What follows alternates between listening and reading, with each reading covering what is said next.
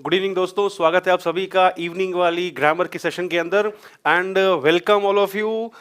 आज जो हमारा थंबनेल बना हुआ है, जो मेरे स्क्रीन पे आने से पहले जो आपको फोटो दिख रहा होगा, एक पिक्चर दिख रहा होगा, उसमें आपने पढ़ लिया होगा मेरे ख्याल से।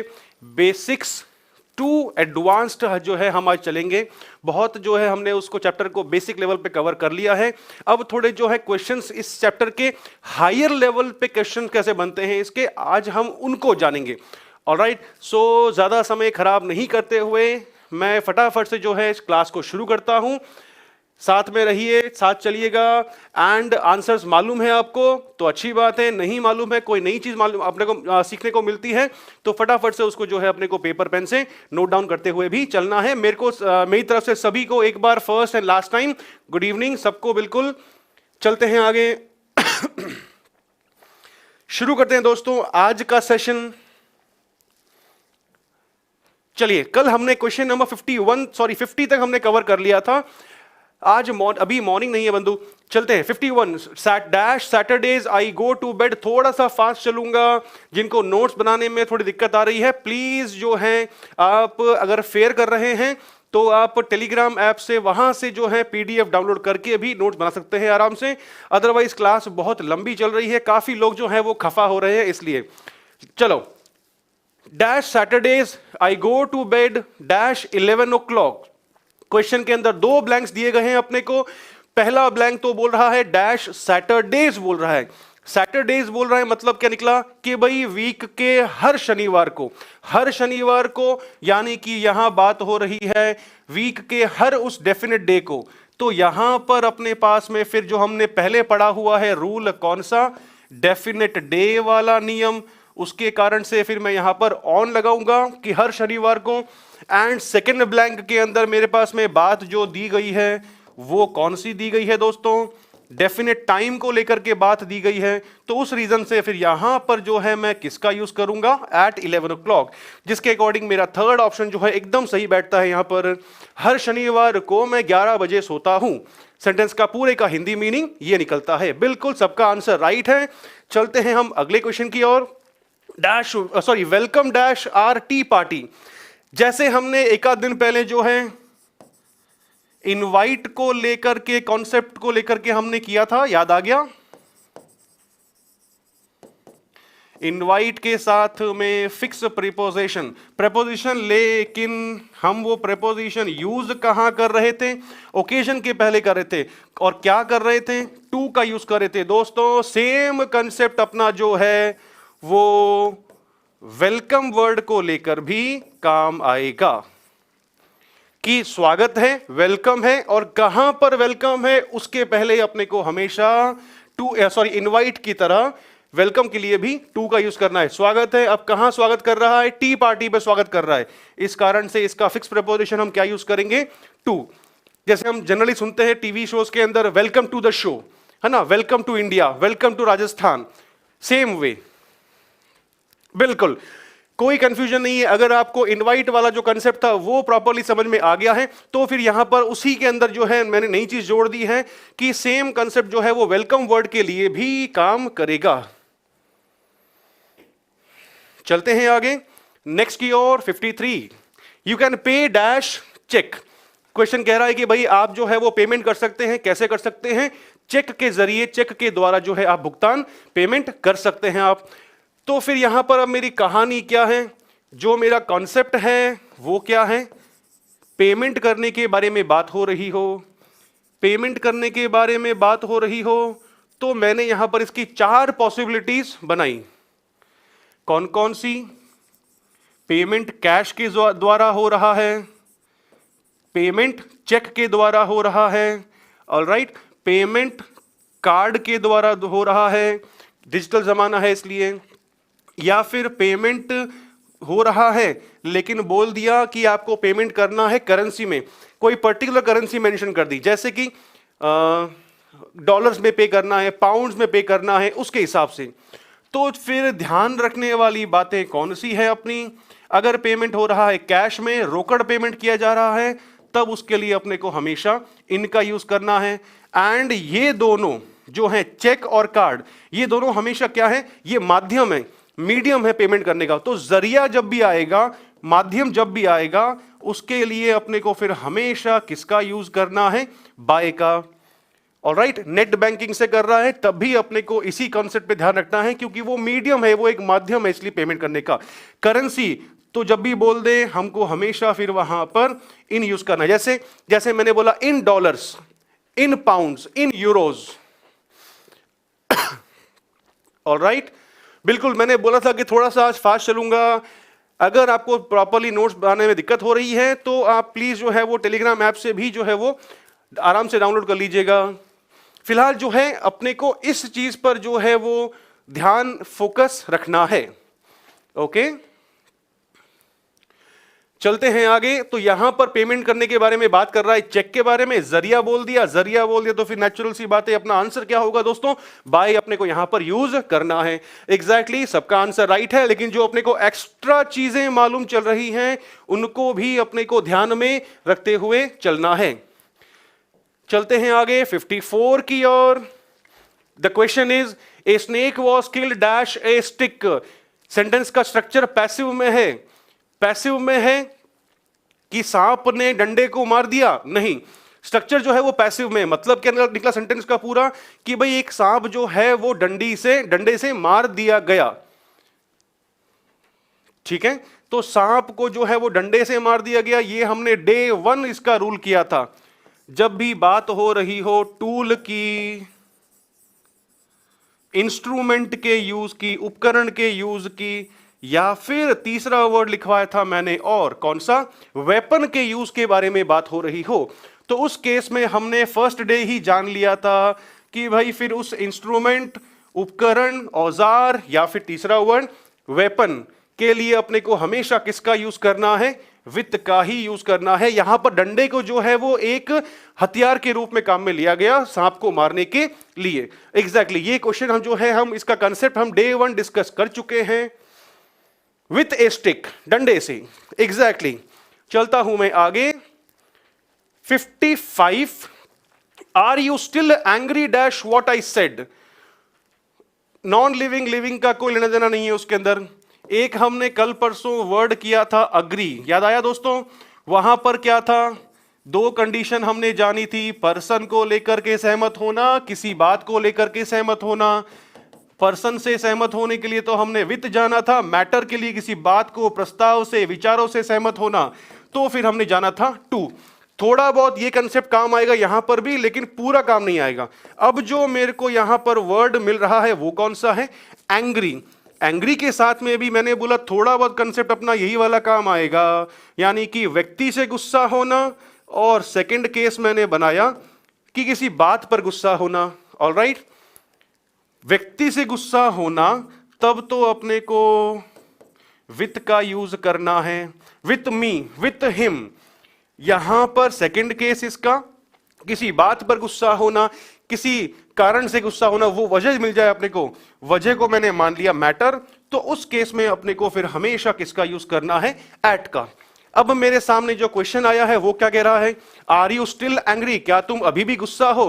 किससे हो? आई मतलब मुझसे? नहीं, क्वेश्चन ने थोड़ी सी लैंग्वेज घुमा दी। डैश व्हाट आई सेड बोल रहा है। सेड बोल रहा है मतलब कि जो मैंने कहा उस बात पे गुस्सा हो, यानी कि क्या बात कर रहा है? मैटर के बारे में। यस, मैटर के बारे में बात कर रहा है, तो उस केस में फिर अपने को यहां पर किसका यूज करना होगा दोस्तों? एट का। ऑप्शन में नहीं है मेरे ख्याल से, इसमें थोड़ा सा करेक्शन करिएगा आप। ऑप्शन में अपना जो है वो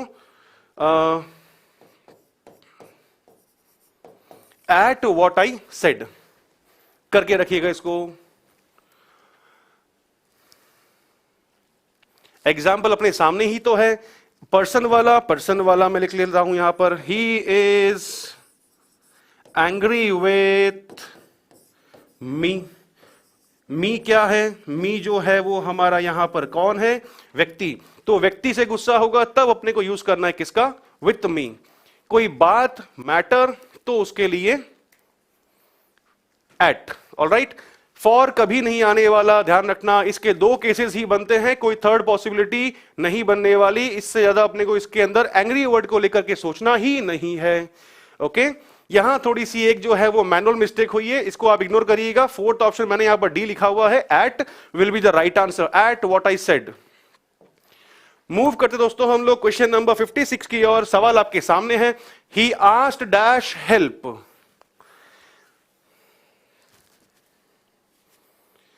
सेंटेंस का हिंदी मीनिंग दोस्तों क्या निकलता है?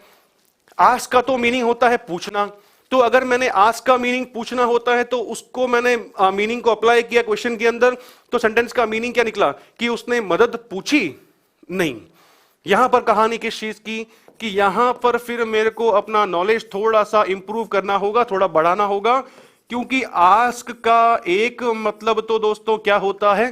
पूछना, लेकिन यहां पर वो पूछने वाले नहीं दिया हुआ। एट वहां पर मैनुअल मिस्टेक की वजह से क्वेश्चन में ऑप्शंस में नहीं था, वहां पर एट ही होगा। पर्सन होगा तो फिर विथ दिया रहेगा हमेशा। Alright, so coming back, ask का पहला मीनिंग दोस्तों कौन सा? पूछना, लेकिन यहां पर इसका मीनिंग पूछने वाला सेंस तो कर ही नहीं रहा। यहां पर आस्क का मीनिंग जो है दोस्तों क्या है? मांगना, क्योंकि क्वेश्चन क्या बोल रहा है? ही आस्क्ड डैश हेल्प, मतलब कि उसने मदद पूछी नहीं, उसने मदद मांगी। मांगने के सेंस में अगर क्वेश्चन बात कर रहा हो, फिर अपने को हमेशा किसका यूज करना है? फॉर का। पहली बात तो ये। एंड अगर सेंटेंस बोल रहा हो पूछने के सेंस में, सेंटेंस के अंदर आस्क वर्ड यूज किया गया हो, तो नो प्रीपोजिशन इज रिक्वायर्ड। ठीक है, जैसे मैंने बोला I asked dash him a question, मैंने उससे एक सवाल पूछा। इस सेंटेंस के अंदर आस्क को जो है किस रूप में काम में लिया गया है? पूछने वाले केस में काम में लिया गया है। और हमने अभी जाना कि जब भी आस्क वर्ड को जो है पूछना के अर्थ में काम में लिया जाएगा, उस केस में अपने को कभी भी किसी प्रीपोजिशन का यूज नहीं करना होगा। अबाउट किसी भी केस में पॉसिबल नहीं होगा दोस्तों। ऑलराइट, चीजें सामने हैं अपने, कंफ्यूजन का तो कोई सवाल ही नहीं पैदा होता। यहां पर दो एरो बनाए हैं, मतलब कि उस दो एरो के अलावा उसकी कोई थर्ड पॉसिबिलिटी नहीं हो सकती। ओके, जिनको वीडियो नहीं मिल पा रहा है प्लीज थोड़ा रिफ्रेश करिए एक बार आप। चलते हैं आगे, यहां पर कोई भी इसकी थर्ड पॉसिबिलिटी दोस्तों नहीं बनती है। ओके, हम आगे बढ़ते हैं। इस क्वेश्चन के अंदर भी बात कौन सी कर रही है? पूछने वाले सेंस में बात कर रहा है दोस्तों। उसने जो है मेरे से क्या करा? उसने मेरे से मदद, सॉरी, मांगने के अर्थ में बात कर रहा है क्वेश्चन। मांगने के अर्थ में बात कर रहा है कि भाई उसने मेरे से मदद मांगी, तो फिर उस केस में हमने अभी जस्ट पढ़ा वहां पर कि फॉर का यूज करना होगा। चलिए चलते हैं आगे। जिनको पिक्चर नहीं मिल रहा है, वीडियो नहीं मिल रहा है, प्लीज एक बार जरा आप अपने वीडियो को स्क्रीन से उसको लॉन्ग प्रेस करके उसको ड्रॉप करिए, उससे आपका पेज जो है वो चैनल जो है वो रिफ्रेश होगा। इसलिए चलते हैं दोस्तों नेक्स्ट क्वेश्चन की ओर। 57, I don't believe dash God.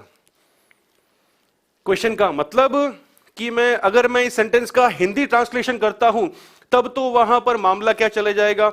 मामला चले जाएगा कैसे कि भाई मैं भगवान पर भरोसा नहीं करता हूं, और उस पर के चक्कर में मैं फिर क्या लगा के आता? मैं वहां पर ऑन लगा के आ जाता। लेकिन अपना आंसर जो है वो गलत होगा। आंसर किसी किसी का आ भी चुका है कि सर ऑन होगा। अरे भाई बात सुनो, कहानी पूरी क्या कहती है? बिलीव, ट्रस्ट, फेथ, इन तीनों शब्दों के साथ में ये तीनों शब्द तो अपना खुद का फिक्स प्रीपोजिशन लेके बैठे हुए हैं। ठीक है, ऑलराइट, जब भी ये आएंगे करीब करीब सबका मीनिंग यही है, विश्वास, भरोसा। और जिस पर भरोसा, तो उस केस के लिए हमको हमेशा इनका फिक्स प्रीपोजिशन क्या यूज करते हैं? इनका यूज करना है। एग्जैक्टली जैसे हम अपने को जनरली सुनने को मिलता है, भाई बिलीव इन योरसेल्फ, अपने आप पर भरोसा रखो, खुद पर भरोसा रखो। Alright, have faith in God, भगवान पर भरोसा रखो। ओके, बिल्कुल सबका आंसर राइट आना शुरू हो चुका है। Believe is always followed by it's fix preposition, हमेशा उसका फिक्स प्रीपोजिशन आएगा इन। जिस पर भरोसा है, I don't believe in him, मुझे उस व्यक्ति पर भरोसा नहीं है। दैट वे, उस तरह से। नेक्स्ट क्वेश्चन दोस्तों 58, बीवेयर डैश थीव्स। अब ये बीवेयर वर्ड का मीनिंग दोस्तों क्या होता है? फेथ का मीनिंग भी होता है दोस्तों, भरोसा, विश्वास, इसलिए तो सेम कंसेप्ट के अंदर उसको मैंने क्लब कर लिया। 58 बीवेयर डैश थीव्स। बीवेयर का दोस्तों मतलब क्या है? हालांकि क्वेश्चन बहुत कॉमन है ये। बीवेयर, बीवेयर का मतलब सावधान। अब मेरे ख्याल से आपको क्वेश्चन का जो मीनिंग है वो पकड़ में आ चुका होगा। बीवेयर डैश थीव मतलब चोरों से सावधान। ऑलराइट, अब इसकी सिंपल सी कहानी कौन सी? सावधान होना, जिससे भी सावधान होना, उसके पहले अपने को इसका फिक्स प्रेपोजिशन हमेशा कौन सा यूज करना है? ऑफ का ही यूज करना है। ऑलराइट दोस्तों, जैसे घरों के बाहर बोर्ड नहीं लगता, घरों के बाहर बोर्ड लगा रहता है बीवेयर ऑफ डॉग्स, डॉग्स से सावधान। पब्लिक प्लेसेस पर जो है बोर्ड लगा रहता है beware of pick pockets. Pick pocket का मतलब होता है जेब कतरा, उसका प्लूरल फॉर्म आपके सामने स्क्रीन पर है। पिक पॉकेट्स मतलब जेब कतरों से सावधान। फ्रॉम की कोई संभावना नहीं है दोस्तों, यहां पर फ्रॉम के चक्कर में अपने को कंफ्यूज होना ही नहीं है। एक ही बनेगा प्रेपोजिशन इसका जो आपके सामने स्क्रीन पर आ चुका है। चलते हैं आगे नेक्स्ट की ओर। ये क्वेश्चन भी हमने रिसेंटली किया है कवर, कल या परसों वाली क्लास के अंदर। माई फादर कॉन्ग्रेचुलेटेड मी, मेरे फादर ने मुझे कॉन्ग्रेचुलेट किया, मेरे फादर ने मुझे बधाई दी। किस बात पर बधाई दी? मेरी सफलता पर, मेरे सक्सेस पर मेरे को बधाई दी। तो फिर हमने ये पहले करा हुआ है। कॉन्ग्रेचुलेट मतलब क्या है दोस्तों इसका? बधाई देना। और कहानी क्या है इसकी? जिस चीज की बधाई, क्योंकि देखो क्वेश्चन को ध्यान से, अपने को प्रेपोजिशन जो है वो प्रेपोजिशन कांग्रेचुलेट वर्ड के इमीडिएटली बाद में नहीं पूछ रहा, इसलिए कहां दे रहा है अपने को प्रेपोजिशन? अपने को प्रेपोजिशन दे रहा है माय सक्सेस से पहले, यानी कि मेरी सफलता। सफलता को मैंने यहां पर क्या कंसीडर कर लिया? ओकेजन। तो जिस बात की, जिस अवसर की बधाई दी जा रही हो, उसके पहले अपने को हमेशा इसका फिक्स प्रेपोजिशन क्या यूज करना होगा? ऑन का यूज करना होगा। ये हम पहले कवर कर चुके हैं। ऑन माई सक्सेस होगा माई डियर, एग्जैक्टली। यहां पर एज सच कुछ नया बताने लायक कुछ भी नहीं है इस सवाल के अंदर। जस्ट जो आपने पिछला पढ़ा हुआ था उसके हिसाब से आपका ये एक तरह से पिछला पढ़ा हुआ जो है नॉलेज ब्रशअप हो गया। Moving to the next one, चलते हैं आगे अगले की ओर। There is a temple close dash my house. Close का तो मीनिंग भैया होता है बंद होना, है ना? The shop is closed. तो मतलब इसका मीनिंग क्या निकला कि मेरे घर के बंद में एक मंदिर है? नहीं, है ना? अब आता हूं उस बात के ऊपर। क्लोज का मीनिंग तो एक होता है बंद होना, द शॉप इज क्लोज, लेकिन उस केस में क्या होगा? फिर प्रेपोजिशन आएगा ही नहीं दोस्तों। क्लियर? लेकिन यहां कहानी दूसरी है। यहां क्लोज का मतलब दोस्तों क्या है? नजदीक में, है ना? तो चलते हैं उसके ऊपर। मेरे घर के नजदीक में मंदिर है, मेरे घर के बगल में एक मंदिर है, मेरे घर के ऑपोजिट में एक मंदिर है। ऑल केसेस हमें क्या यूज करना है? टू का यूज करना है अपने को। जैसे जैसे मैंने बनाया he came and sat close next, भले ही यहां पर मैं अब ऑपोजिट का यूज कर लूं, डैश मी। वह आया, और आया कैसे? आकर बैठ गया। कहां बैठा? मेरे नजदीक आकर बैठ गया, तब भी टू आएगा। मेरे बगल में आकर बैठ गया, तब भी टू आएगा। मेरे सामने आकर बैठ गया, जहां मैं बैठा हुआ था, उस केस में भी क्या होगा? टू का ही यूज होगा। क्लोज टू माई होम, बिल्कुल मेरे घर के बंद में नहीं, मेरे घर के नजदीक में जो है एक मंदिर है।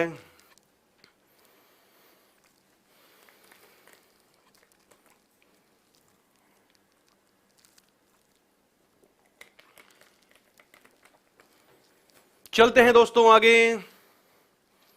बिल्कुल क्लोज अगर सेंटेंस में देता हो क्लोज का मीनिंग बंद वाले केस में, तो अपने को उस समय कोई भी प्रेपोजिशन यूज नहीं करना है। एग्जैक्टली अगर वो डिस्टेंस को शो करता है, नजदीक के अर्थ में यूज किया जा रहा है, तो फिर उस केस में अपने को टू का यूज करना है। चलता हूं मैं आगे 761 की ओर। The poor man died dash cancer. कुछ नहीं है इसके अंदर बताने के लिए, आंसर आपकी तरफ से आने चाहिए। क्यों? क्योंकि ये जो है इसका कंसेप्ट हमने जो है वो डे 1 ही डिस्कस कर लिया था। इसलिए क्या था दोस्तों डे 1 वाला कंसेप्ट? याद दिलाऊं मैं? डेथ। डेथ पहली कंडीशन, डिजीज दूसरी कंडीशन, एक्सीडेंट। इसके अलावा भी कंडीशंस बनती हैं, लेकिन अपने एग्जामिनेशन पॉइंट ऑफ व्यू से वो इतनी यूजफुल नहीं है। डिजीज के द्वारा मृत्यु हो रही है तो डाइड के साथ में ऑफ का यूज। दुर्घटना में मृत्यु हो रही है तो किसके क्या लगेगा? इन। ये एग्जाम्पल, इस पे हमने एग्जाम्पल डे 1 जो है इस वाली मंडे की क्लास के अंदर हमने किया है। तो आंसर रॉन्ग होने की गुंजाइश मैं मानता हूं कि बिल्कुल भी नहीं होनी चाहिए। जीरो पॉसिबिलिटी होनी चाहिए कि आपका आंसर रॉन्ग हो। सिंपल सा आंसर है, कैंसर बोल दिया, डिजीज के बारे में बात कर ली, तो वहां पर क्या होगा? ऑफ का ही यूज होगा। चलते हैं आगे 62 की ओर। She did not come due dash illness. Sentence का पूरे का मतलब क्या है? कि वह बीमारी की वजह से आ नहीं सकी। ओके, बीमारी की वजह से। दोस्तों वजह यानी कि कारण। तो कारण बताने के लिए अपने पास में कुछ चीजें हैं, उनको ध्यान रखना हमेशा। एक तो वर्ड हम यूज करते हैं कारण को शो करने के लिए, कौन सा? बिकॉज का। लेकिन बिकॉज के साथ में हमेशा क्या आएगा? ऑफ आएगा। ठीक है, लेकिन यहां पर एक और है ड्यू प्लस टू। इसका भी थोड़ा ध्यान रखना दोस्तों। ड्यू का प्रेपोजिशन तो टू है, लेकिन इसकी कहानी, इसका भी यूज जो है हम करते हैं किस चीज के लिए? रीजन को दर्शाने के लिए। दर्शाने के लिए, सिंपल सी बात, कारण दर्शाने के लिए। अभी इसी सेंटेंस के अंदर अगर मैं बात करूं, she did not come due dash rain, bad weather, खराब मौसम, उस केस में भी क्या होगा? प्रेपोजिशन हमारा चेंज नहीं होगा, तब भी वहां पर ड्यू लगा हुआ है, तो फिर वहां पर टू ही यूज करना होगा अपने को। Due to illness, due to bad weather, due to whatever, जो भी रीजन होगा। ओके, चलते हैं हम आगे नेक्स्ट की ओर। सो अगली कहानी आपके सामने। The child fail dash the river. Sentence का आंसर रॉन्ग नहीं होना चाहिए, क्योंकि बता रखा है पहले। याद दिलाऊं कहानी? मेरे ख्याल से आ गया होगा सबको याद। बहुत आसान सा सवाल था। कौन सी कहानी? जो मैंने सेकंड डे या फर्स्ट डे कप बनवाया था, एंड मोशन वाला जो था, उस वाले बात के बारे में डिस्कस की थी मैंने। कमरा है, कमरे के अंदर जो है गया, तो उस केस में भी क्या होगा? उस केस के अंदर भी अपने को क्या यूज करना था? इनटू का ही यूज करना था, है ना? तो सेम केस यहां भी तो है। नदी के अंदर गिरा, अगर नदी में अंदर गिर गया, नदी में गिर गया, तो मोशन को शो कर रहा है। ये वर्ड से अपने को मेन जो है वो हिंट मिला। सबसे बड़ी बात तो ये इसकी थी। बहुत आसान सा सवाल था। आंसर रॉन्ग होने की पॉसिबिलिटी बिल्कुल नहीं होनी चाहिए। हम मूव करते हैं अगले सवाल की ओर दोस्तों। His wife is faithful dash her husband. Sentence का पूरा मीनिंग दोस्तों क्या निकला? तो सेंटेंस का पूरा मीनिंग निकला कि भाई उसकी वाइफ जो है वो अपने हस्बैंड के प्रति फेथफुल है, वफादार है।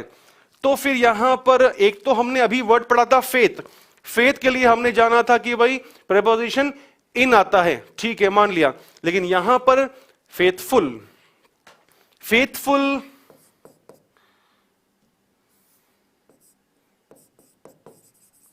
वफादार, लॉयल वफादार, ऑनेस्ट वफादार, और एक वर्ड जो थोड़ा सा हटकर मीनिंग देता है, कौन सा? डेडिकेटेड। इन तीनों वर्ड्स का तो मीनिंग सेम है, वफादार होना, और फोर्थ वाले वर्ड का मीनिंग होता है समर्पित होना। जिसके प्रति समर्पित है उसके पहले हमेशा क्या यूज करना है, अपने को टू का ही यूज करना है। अब इस सेंटेंस के अंदर, इस क्वेश्चन के अंदर अगर मैं फेथफुल वर्ड हटा करके लॉयल यूज कर लूं, ऑनेस्ट यूज कर लूं, डेडिकेटेड वर्ड को भी यूज कर लूं भले ही, तो भी अपना आंसर जो है वो चेंज नहीं होगा। सिंपल सिंपल से क्वेश्चंस हैं जो मैंने आपको आज दिखाया था कि भाई बेसिक्स टू एडवांस्ड। दोस्तों क्वेश्चंस ऐसे बनते हैं, वो क्वेश्चंस अब शायद बनते नहीं जो आपको मैंने स्टार्टिंग में करवाए थे। क्यों? क्योंकि एक चैप्टर का बेस बनाना जरूरी था, इसलिए। चलते हैं दोस्तों आगे अगले सवाल की ओर। We laughed dash Sumit. Sentence का दोस्तों हिंदी मीनिंग क्या निकला कि भाई हम सुमित पर हंसे। ओके, हम सुमित पर हंसे।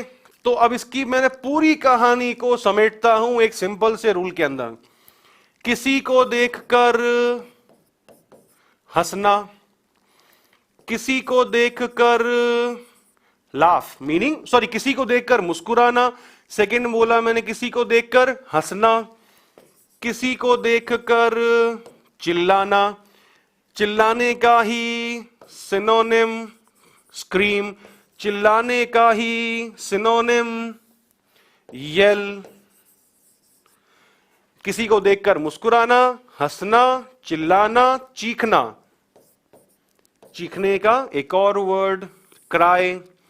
ऑल केसेस, जिसको देखकर हंस रहे, स्माइल कर रहे हो, हंस रहे हो, चिल्ला रहे हो, चीख रहे हो, स्क्रीम, येल, क्राई, तीनों का यहां पर मीनिंग जो है दोस्तों किस सेंस में है? चीखने के सेंस में। तो इन केसेस के अंदर अपने को हमेशा प्रेपोजिशन क्या यूज करना है? एट।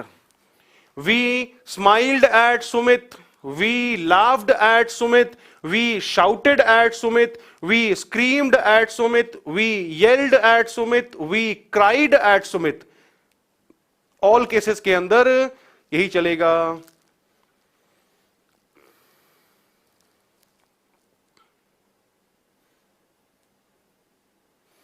बिल्कुल ऑन नहीं होगा बंधुओं। यहां पर एक बात लिखते हुए आ रहा हूं, एफपी। एफपी मतलब कि यहां मतलब इन केसेस के अंदर सबके जो है वो मैंने मीनिंग्स भी शो कर दिए हैं आपको, बता दिए हैं आपको।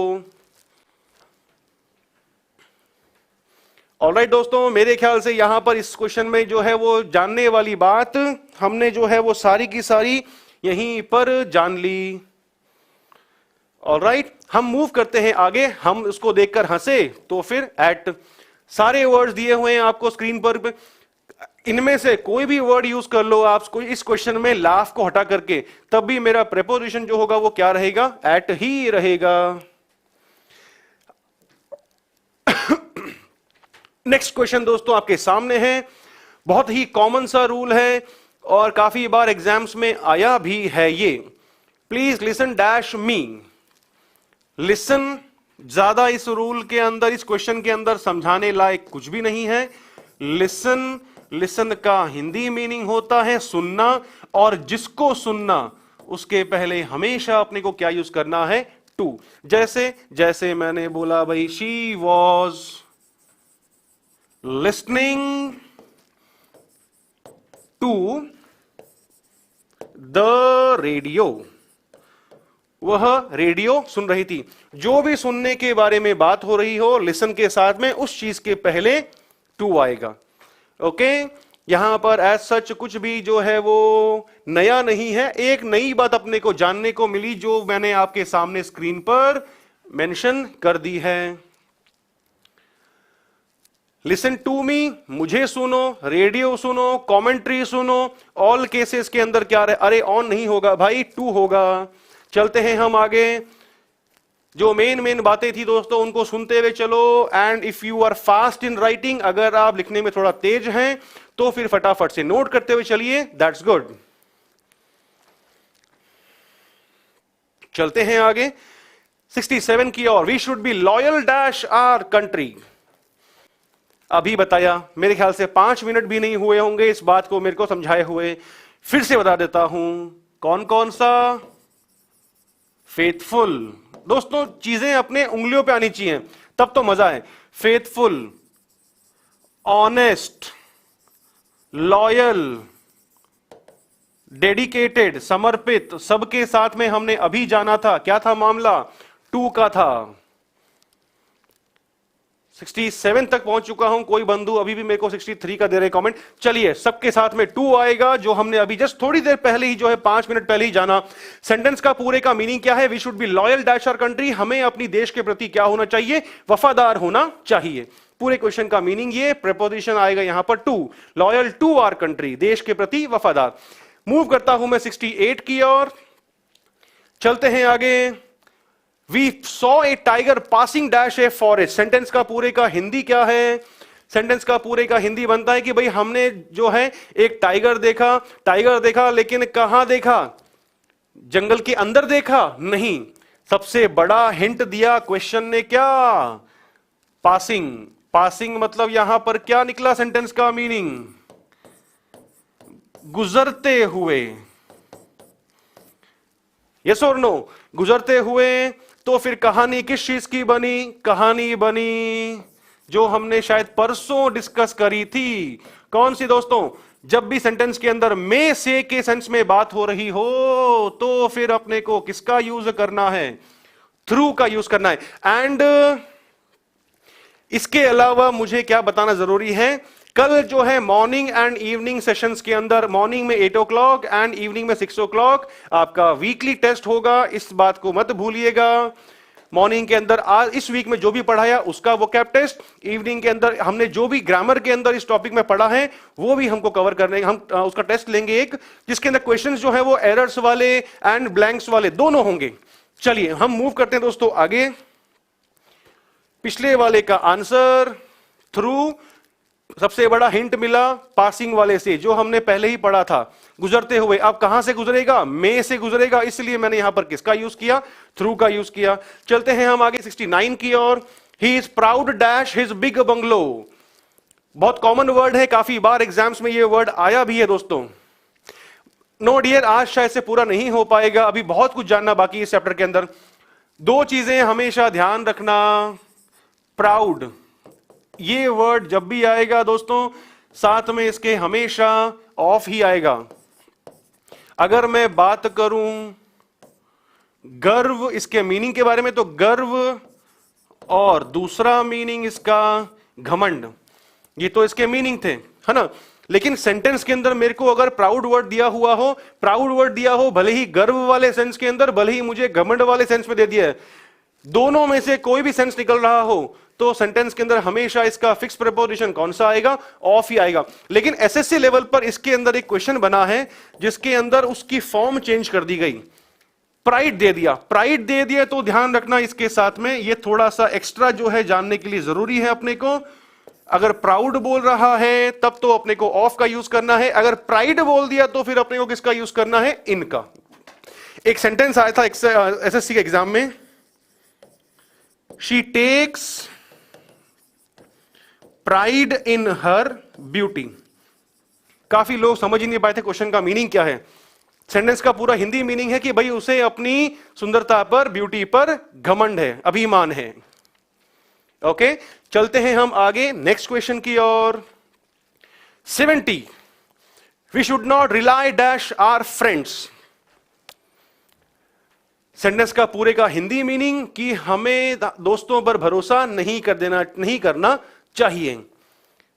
ओके, अब यहां पर काम वाली चीज कौन सी? ध्यान से समझना। जो चीजें सेम देती है मीनिंग, मैंने क्या करा? सबको एक में इकट्ठा कर लिया, ताकि मैक्सिमम वर्ड्स के साथ में जो बेसिक कंसेप्ट फॉलो होता है वो अपन कभी कंफ्यूज नहीं हो। भरोसा कर, निर्भर होना, डिपेंड,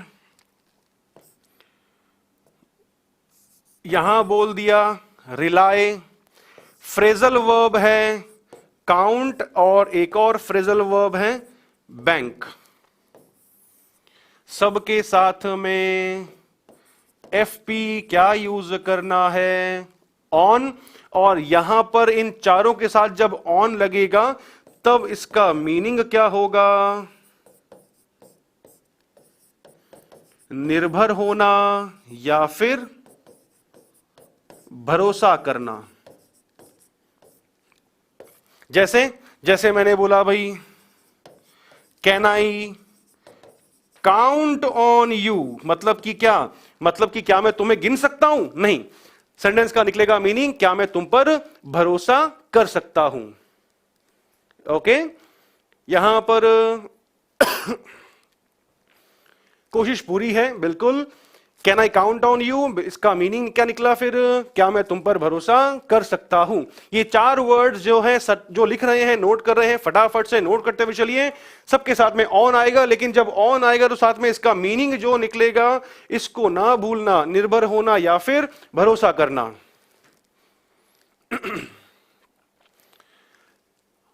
चलता हूं मैं आगे। सबका मीनिंग सेम है माय डियर, सबका, इसलिए मैंने जो है वो एक कंप्लीट दे दिया है मीनिंग आपको मैंने यहां पर, निर्भर होना या फिर भरोसा करना, चारों का।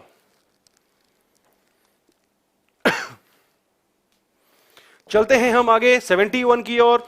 ही did not reply dash my letters. Sentence का दोस्तों हिंदी मीनिंग क्या निकला? सेंटेंस का हिंदी मीनिंग निकलता है कि भाई उसने मेरे पत्रों का जवाब नहीं दिया। मैंने पत्र भेजा, जवाब नहीं दिया, वर्ड कौन सा काम में लिया? रिप्लाई। मैंने एसएमएस किया, जवाब नहीं दिया अगले ने, हम वर्ड क्या यूज करेंगे? रिप्लाई। मेल भेजा, जवाब नहीं दिया, रिप्लाई। कॉल किया, जवाब नहीं दिया, रिप्लाई। ऑलराइट, तो फिर कहानी क्या? रिप्लाई और एक और वर्ड आंसर। हिंदी में करीब करीब दोनों का मीनिंग जो है वो सेम होता है, उत्तर देना, है ना, जवाब देना। लेकिन सवाल पूछा, जवाब नहीं दिया, तब मैं यूज करूंगा आंसर। इसके अलावा मेल किया, एसएमएस किया, कॉल किया, लेटर भेजा, तब उस केस में हम यूज करते हैं रिप्लाई। एंड अच्छी बात, आसान बात, दोनों की क्या, दोनों के ही साथ में जिस चीज का जवाब नहीं दिया उसके पहले अपने को हमेशा किसका यूज करना है? टू का ही यूज करना है। जिसका जवाब नहीं दिया उसके पहले क्या आ जाएगा? To. He did not answer to my question, उसने मेरे सवाल का जवाब नहीं दिया। ठीक है,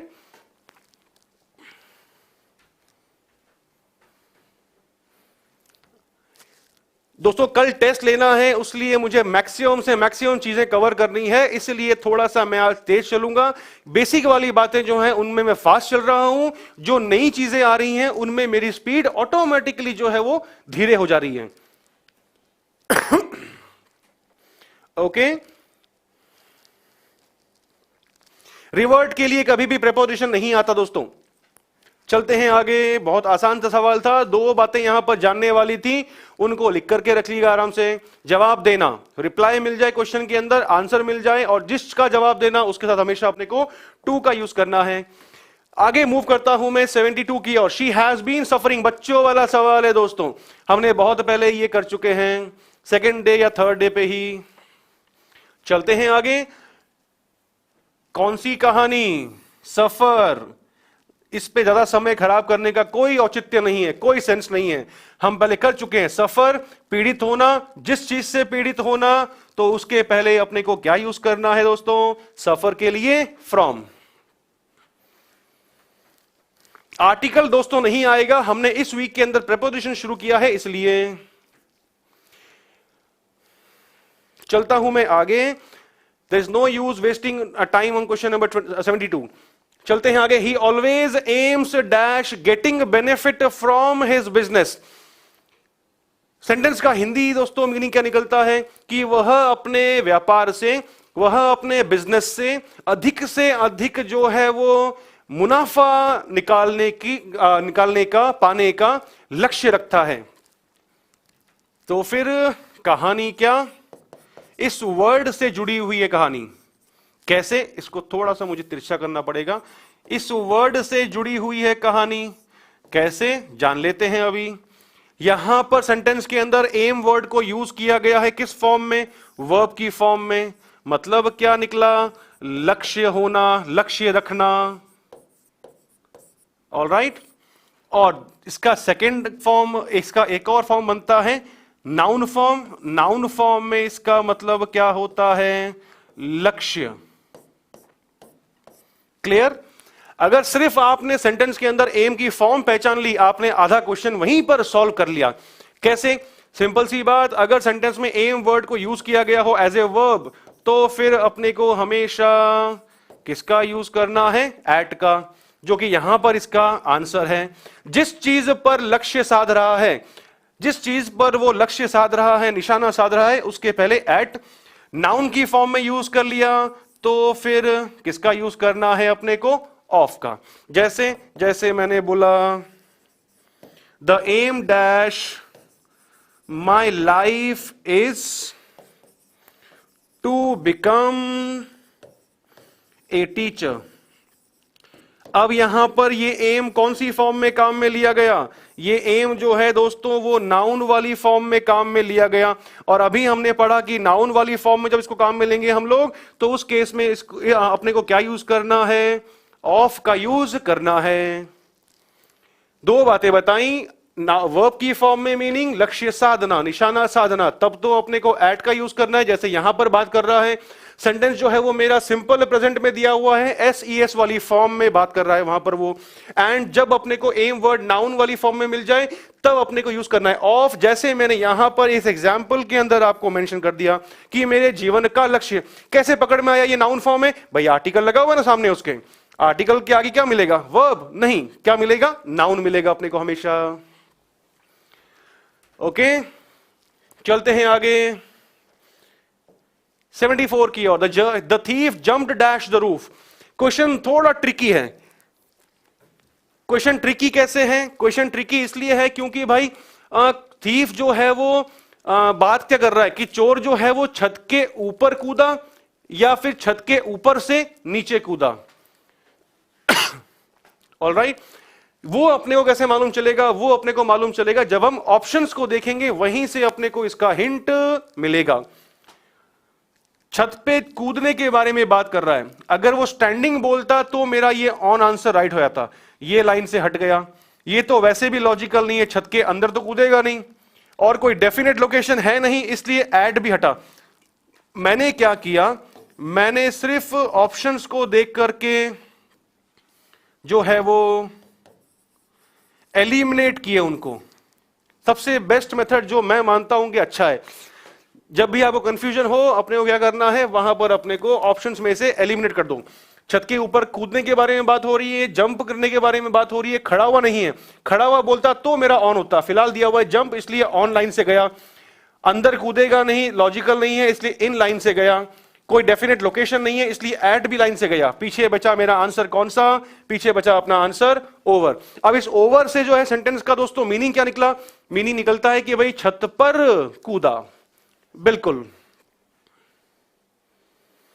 मूवमेंट को शो कर रहा है, इसलिए मूव करता हूं मैं 75 की। और please look dash the black board. बच्चों वाला सवाल है, हमने पहले भी कवर किया है इसको।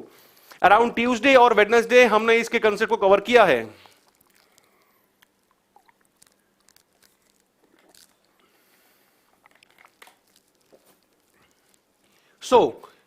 कौन कौन सी कहानी थी?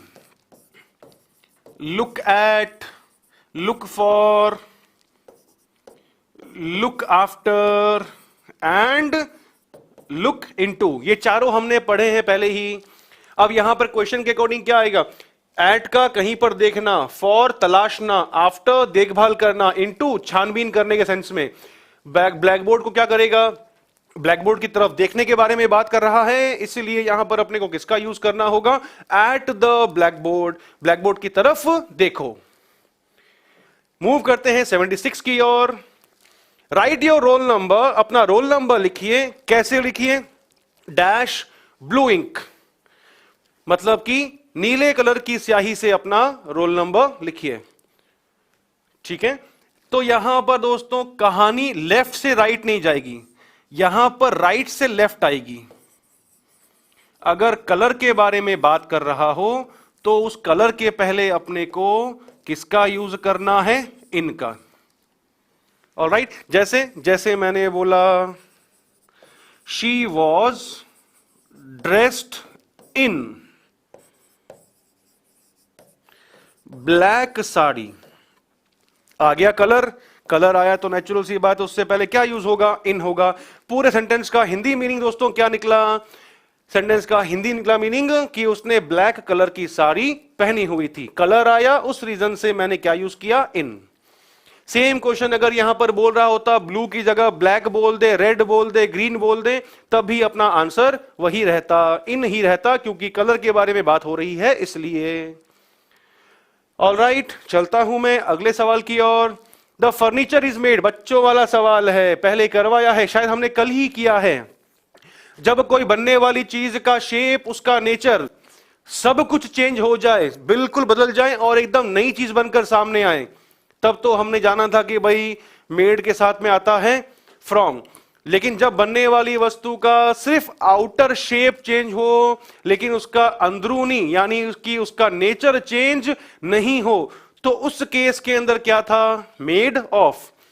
फर्नीचर बनाया, किससे बनाया, लकड़ी से बनाया, लकड़ी पहले भी थी, लकड़ी अभी भी है, चेंज सिर्फ क्या हुआ, सिर्फ उसका आउटर शेप चेंज हुआ, शेप चेंज हुआ, नेचर चेंज नहीं हुआ, इस रीजन से क्या हुआ, आंसर अपना मेड ऑफ। बिल्कुल बहुत ही साधारण सा सिंपल सा क्वेश्चन है जो हमने कल ही कवर किया था इस कॉन्सेप्ट के ऊपर। जो फ्रॉम बोल रहे हैं गलत बोल रहे हैं, इसका मतलब उन्होंने कल वाली क्लास अटेंड नहीं की थी। चलता हूं मैं आगे नेक्स्ट की ओर। सेंटेंस आपके सामने है, ही वॉज अक्विटेड, स्ट्रक्चर दिया है मेरे को पैसिव में, वॉज के साथ वर्ब की थर्ड फॉर्म काम में ले ली गई है। He was acquitted dash the charge of bribery. यहां पर चार्ज का मतलब बैटरी का चार्ज नहीं है प्लस माइनस, यहां पर चार्ज का मतलब है ब्लेम, आरोप। और आरोप किसका, ब्राइबरी। ब्राइबरी वर्ड किससे बना, ब्राइब से, BRIBE। ब्राइब का मतलब क्या होता है, रिश्वत, घूस, उसी से वर्ड बना कौन सा, ब्राइबरी। ब्राइबरी का मतलब क्या निकला, घूसखोरी। चार्ज का मतलब आरोप, नया वर्ड क्या मिला, अक्विटेड। अक्विटेड का मतलब क्या होता है, दोष मुक्त करना। अक्विट meaning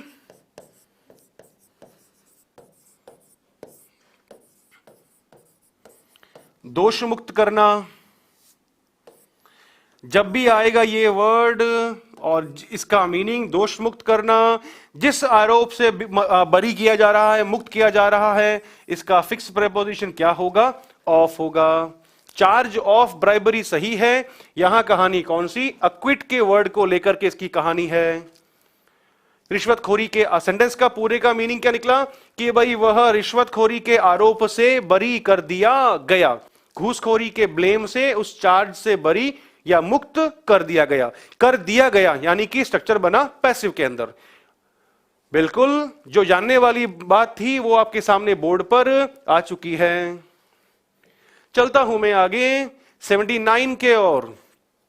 Chhotu Ram was accused, वापस से स्ट्रक्चर दिया पैसिव के अंदर, नया वर्ड दिया अक्यूज। अक्यूज वर्ड के बारे में क्या जानना जरूरी है दोस्तों, क्वेश्चंस आजकल जो बन रहे हैं ट्रेंड में वो ऐसे बनते हैं, सिंपल सिंपल वाले, जहां पर मुझे चैप्टर का बेस बनाना जरूरी था वहां तक पढ़ाया, लेकिन क्वेश्चन जो बनते हैं इस चैप्टर के थोड़े दोस्तों वो अब जो बनते हैं वो बनते हैं हायर लेवल के। अक्यूज, तो फिर अक्यूज शब्द का मतलब क्या हुआ, दोष या आरोप लगाना।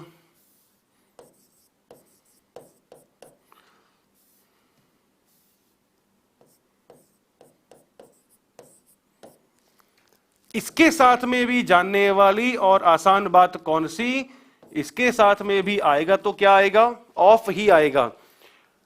ऑफ आएगा तो फिर कहानी कौन सी रहेगी, कहानी रहेगी कौन सी, ऑफ का ही यूज करना है।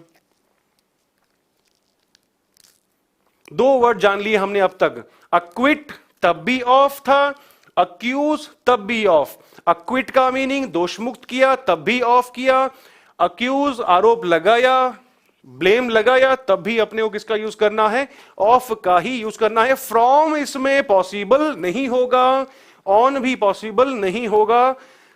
Right answer fix preposition of. किसका आरोप लगाया गया, मर्डर का आरोप लगाया गया, तो अक्यूज किसका आरोप, मर्डर, जिस चीज का आरोप लगाया जा रहा है उसके पहले ऑफ का यूज करना है।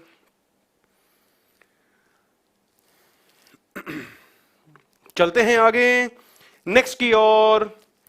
ही assured me dash his full support. Sentence का पूरा दोस्तों मीनिंग क्या निकला?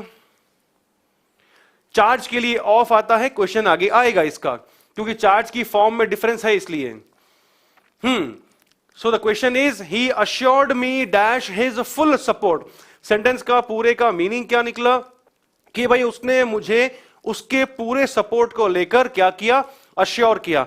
अश्योर के लिए क्या होगा मामला कि भाई आश्वस्त किया।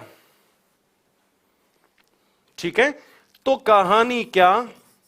दो वर्ड्स सिंपल सिंपल से ध्यान रखना, श्योर एंड अश्योर। श्योर कब यूज करते हैं? जब हम खुद किसी बात को लेकर के कंफर्म होते हैं। अश्योर कब यूज करते हैं? जब हम किसी और व्यक्ति को कंफर्म करवाते हैं। काम की बात क्या, दोनों ही वर्ड्स के साथ में, दोनों ही केसेस के अंदर अपने को प्रेपोजिशन क्या यूज करना होता है? ऑफ। विथ नहीं होगा, पॉसिबल ही नहीं है, फॉर भी पॉसिबल नहीं होगा। श्योर ऑफ, जैसे भाई जैसे मैंने बोला I am sure of my success in this exam, कि भाई इस परीक्षा में मैं जो हूं वो क्या हूं? अपनी सफलता को लेकर के निश्चित हूं, कंफर्म हूं। ओके, बहुत सिंपल सिंपल सी बातें हैं। श्योर अश्योर दोनों के लिए ऑफ, खत्म कहानी।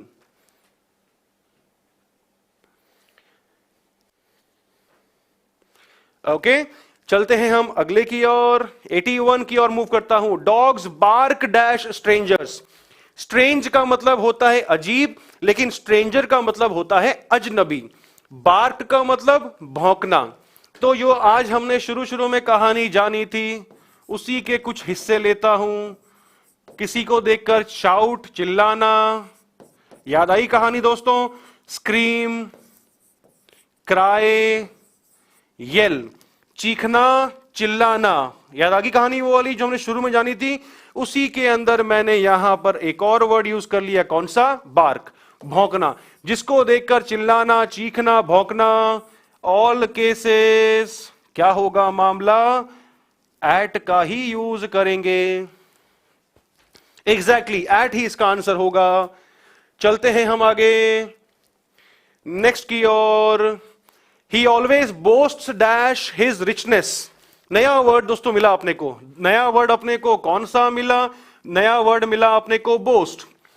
बाकी तो अपने को कॉमनली मालूम चल गया होगा भाई, रिच का मतलब होता है अमीर और रिचनेस का मतलब होता है अमीरी। ओके, दो वर्ड हैं, कौन कौन से? बोस्ट और दूसरा ब्रैग। दोनों का हिंदी मीनिंग क्या होता है? डींगे मारना। काम की बात क्या? जिस चीज की डींगे मारने के बारे में बात हो रही हो उसके पहले हमेशा क्या आएगा? ऑफ। सेम सेंटेंस के अंदर अगर मैं ब्रैग्स यूज कर लूं तब भी सेंटेंस का आंसर सेम रहेगा, मीनिंग भी सेम रहेगा। ही बोस्ट, वह डींगे मारता है। किसकी डींगे मारता है? अपनी अमीरी की डींगे मारता है। ऑफ इसका पॉसिबल आंसर कभी नहीं बन सकता। He always boasts of his richness. He always brags of his richness. दोनों के अंदर शेखी मारना, डींगे मारना एक ही मीनिंग दोस्तों।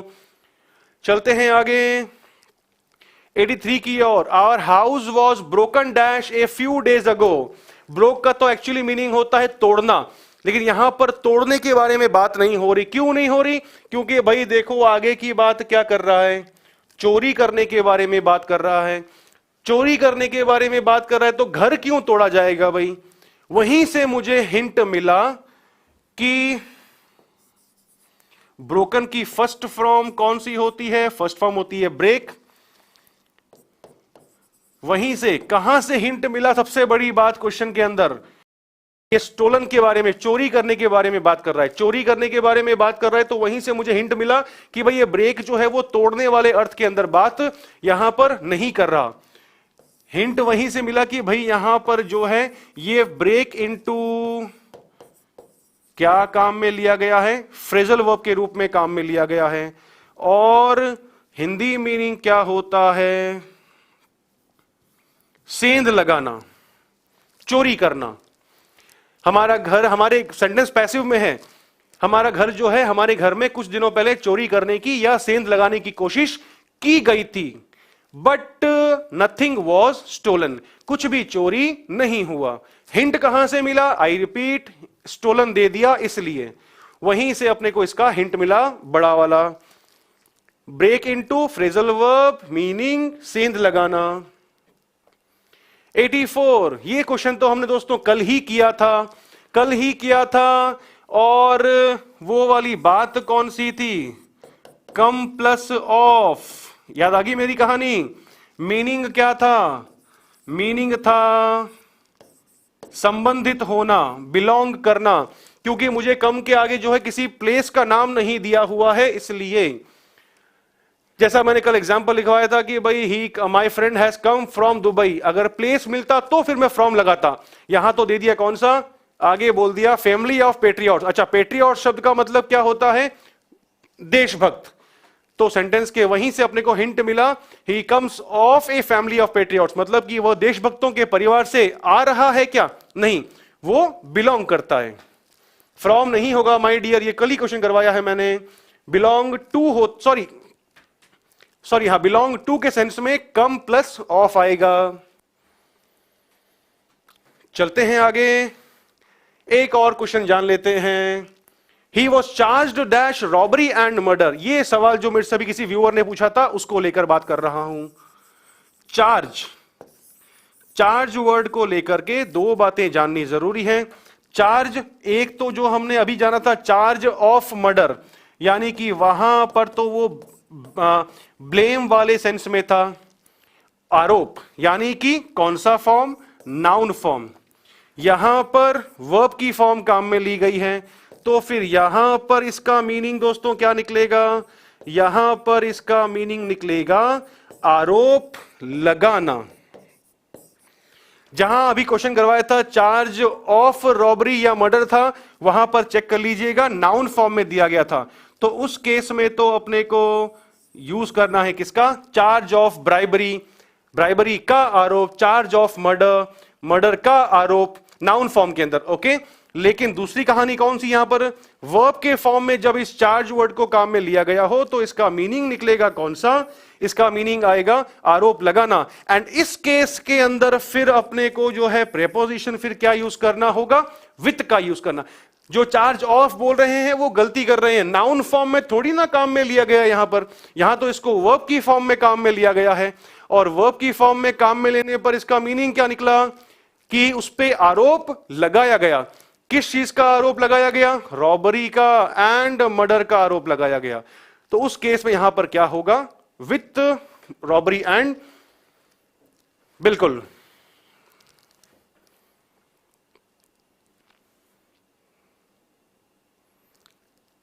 ऑलराइट दोस्तों, यहां तक जो है हम हमारी आज की कहानी। दोनों के अंदर कंफ्यूज मत होइएगा आप लोग, डिफरेंस है दोनों के अंदर। फॉर्म पहचान ली अपन ने, तो अपन ने आंसर वहीं पर आधा सॉल्व कर लिया। वर्ब की फॉर्म में तब तो मीनिंग आरोप लगाना, प्रेपोजिशन विथ। नाउन की फॉर्म में काम में लिया तो फिर किसका यूज करना है? ऑफ का। बिल्कुल विथ आएगा यहां पर। तो दोस्तों आज के लिए इतना ही। कल सुबह मिलते हैं 8 o'clock वोकैब टेस्ट में, एंड इवनिंग में ग्रामर का जो हमने इस वीक में जो भी कवर किया है प्रेपोजिशंस टॉपिक के अंदर, उसमें टेस्ट होगा। पिछला टॉपिक को जो है कल वाले टेस्ट के अंदर इंक्लूड नहीं करूंगा, हम आगे रखेंगे कभी फ्यूचर के अंदर मेगा टेस्ट। मेगा टेस्ट के अंदर जो होंगे वो सारे ग्रामर के टॉपिक्स या 2-3 ग्रामर के टॉपिक्स को इंक्लूड करके एक प्रॉपर टेस्ट बना देंगे। ऑलराइट, वीडियो अच्छा लगा होगा तो पसंद जरूर करिएगा, लाइक जरूर करिएगा। घड़ी इशारा कर रही है मेरे को बार बार कि मुझे आपसे अब अनुमति लेनी होगी। आज के लिए इतना ही। Thank you so much, take care. Click on the subscribe button to subscribe to our channel. Press the bell icon on the YouTube app and never miss another update. Download eUtkarsh app from Google Play Store. eUtkarsh app is one-stop solution for your competitive exam preparation. With lots of unique and amazing features like create your own custom test, add YouTube videos in app library, add web reference link. For quick revision, make your own custom flashcards. For each chapter, you can give online test and analyze your performance. So download eUtkarsh app now.